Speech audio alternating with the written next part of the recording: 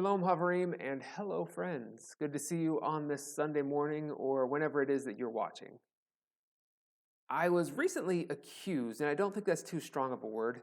I was recently accused of telling a lot of dad jokes. And it got me thinking, my taste in humor hasn't changed over the years. I found the same things funny when I was in high school as I did when I was a young adult. And now in my, I guess I'm 40 years old, so 40 years into my life, I still have the same sense of humor. So when does a joke become a dad joke? I asked this question and I reached out to some friends and they helped me out with this, and I found out the answer. So folks, do you know when a joke becomes a dad joke? When it becomes apparent. All right, yes. So obviously that one that wasn't funny, but it's a perfect dad joke. So thank you to my friends for sharing that with me. I hope you are all doing well. We are now over 2 months into this online church experience, and I did finally get my first COVID haircut yesterday. My wife, I just said to her, just buzz it off. So now I don't have to deal with some of those long stringy hairs. But yeah, we're trying to adapt. We're doing the best that we can, and hope you are all thriving or at least surviving in this time.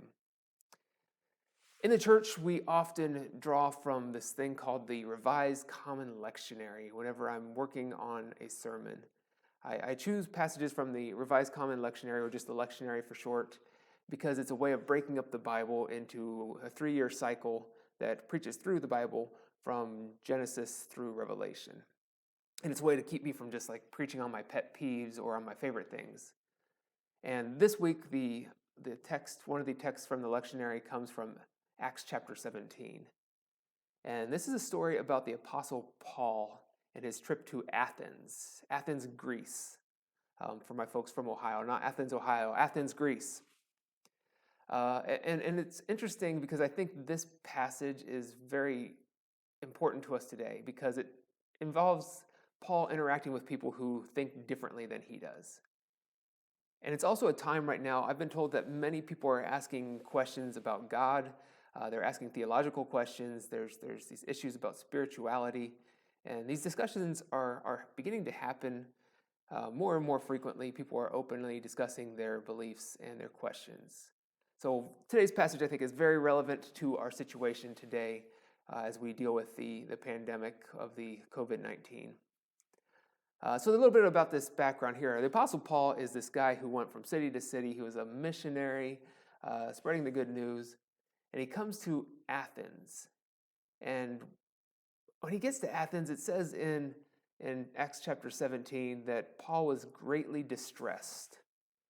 It says the reason he was distressed was he saw all these idols. Remember Athens, the Greeks, they had this pantheon of gods. And Paul comes from a Jewish background. He was still a Jew, and he comes from this monotheistic kind of set of beliefs. I say monotheism was his jam. So Paul is greatly distressed by what he sees there. But rather than going and talking directly to the people of Athens and calling them out and calling them idolaters, what he does is he goes into the synagogues and he talks among his people. He starts sharing with them his beliefs and his understanding about Jesus. Well, the people in Athens, the Greeks, they start hearing about Paul and his arguments and his discussions, and they invite him to speak to them. So remember that this is a time when in Greek, the exchange of ideas was very important to them. We're talking a couple hundred years after these great philosophers like Plato and Aristotle and Socrates would have lived. So this is very much a part of their culture. They sat around, they had these discussions, they shared their ideas, and they even debated back and forth, back and forth. So they invite Paul to this place called the Areopagus. And it's a fun Greek word, Areopagus. We sometimes know it better by its Latin name, which is Mars Hill. Ares was the Greek god of war. Mars is the Roman equivalent, the Roman god of war. But they would have known it as the Areopagus. This was a place where in Greek mythology, Ares was put on trial for, I believe, the killing of, was it maybe Poseidon's son, something like that. This is a place where they brought people in and they had these discussions, they had these debates, put people on trial, kind of as Ares was put on trial in the Greek mythology. So here is Paul. He's got this audience of all these Greek people, and this is really his chance to lay into them and really tell them what he thinks, Finally, he's been given the microphone, and he's not going to miss this opportunity to just really scold all of these idolaters.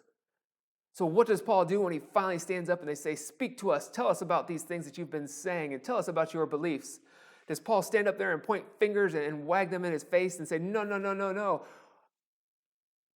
Paul starts by complimenting them. Paul starts by saying, "I can see that you are very religious people." And then he notes that as he was walking around, he saw this altar, and it had this plaque on it. And the plaque on this altar said, "To an unknown God." And Paul uses that as an on-ramp to discussion about his beliefs about God. So obviously now Paul's going to go on and he's going to start quoting passages of Scripture from Deuteronomy and Leviticus and 2nd Hezekiah. No, that's not how Paul does it at all. In fact, he does something that seems very strange to many of us, I'm sure. He then quotes some of their religious materials. He quotes the Greek poets. He lifts up their stories. The one thing that we've if you know this story, you probably remember this phrase. At one point, Paul says about God, he says, "It is God in whom we live and move and have our being." You've heard that before? In him we live and move and have our being. That's not original to Paul. He's borrowing it from this Greek poet Epimenides. It's a fun name. Epimenides. And Epimenides wasn't writing about Paul's God. He was writing about Zeus. And one more thing I want to lift up about Paul's interaction here. In verse 27, Paul says to this group of Greeks on Mars Hill at the Areopagus, he says, we're all searching right now. We're all reaching out for God, it says in the NIV. Other version says we are groping for God at this point. I really like that idea, this groping, because it reminds me of walking into our home late at night. And you all remember back when we used to be able to go out, right? You remember these days? Imagine, if you can, going back all those months to a time when you could go out and maybe catch a late movie or get some groceries, maybe go out to a restaurant, and you're walking back into your house. The sun has gone down. It's dark out, and you've got these bags. You've got some leftovers. You couldn't eat everything, so you're walking into the house. You fumble with the keys, and you finally get the door open, and it's dark as can be in there. So what do? You begin reaching around in the darkness, looking for the switch so you can turn on the lights. That's the image that I get here from Paul when he says we're all searching. We're searching for that switch. We're groping around in the darkness. That's kind of cool when I do that. I apologize if that made you motion sick. But we're reaching and searching for that switch to shed a little bit of light on the situation. Now, Paul also does some teaching here. He says, what? The God that I believe in, this is the God who created the world. And he created the things that are out there in such a way as to draw us to him, to make us ask these questions. This is a part of what it means to be created by God, is to search and ask and grope in the darkness for that switch, for that light. And he does get a little critical. I think it's important to note. He does get critical of their temples. And Paul says, God doesn't live in a temple built by human hands. And I think that's so important to remember right now in this time when we can't gather physically in the church. Paul reminds us this isn't about coming into a building. Yes, I miss gathering with the church, but God doesn't just live here. God's not confined to some temple or a building. God is among us. So what does all this mean for us today? As I said, I think a lot of people are asking questions about spirituality, asking questions about God, doing theological research and saying, why is this happening? Where is God in the midst of all of this? What will God do with this situation? And the first thing that I want to suggest to my fellow Christians out there is that we all need a big dose of humility right now. We need to be humble, and I get annoyed when certain people think that they have all the answers. I have more questions than I have answers, and I just want to encourage you folks, don't be too quick to think that you know everything, to know all the answers. I think one of the things that I've learned over the years is that there's three really important words that we need to learn as Christians when we're interacting with people of different faiths and different backgrounds and different traditions or no faith at all. And those three words, when people ask us difficult questions, the three important words are simply, I don't know. Can you say that with me? I don't know. So when people ask difficult questions about where is God in the midst of the COVID-19 pandemic and why are so many people dying or losing jobs, it's okay to say, I don't know. And I would prefer that you do say, I don't know, rather than trying to force some answer. Paul talks about how we're all groping for this light switch. We're all searching for God. He doesn't lift up his ideas saying, I've figured it all out. No. Even Paul himself is searching. The other thing that I want to encourage you all to do is to be like Paul and note that he applauds the people who think differently than he does. I mean, remember, we begin this passage with Paul being angry. He was greatly distressed by all the idols that he saw. But when he finally went face to face and started talking with these people at the Areopagus, he doesn't start wagging fingers and calling names and pointing people out and saying, you are an idolater. No, he says, I see you're very religious. Now, granted, Paul thinks their religion is misguided, but he still wants to applaud them. Just as he is very strong in his religious beliefs, so too are they in theirs. Yes, Paul hated their idols, but he loved the people. And we need to keep that in mind. It's also, this is a little dangerous to say, I know, for some people, but it's biblical, folks. Paul quoted their poets. Paul quoted their theology.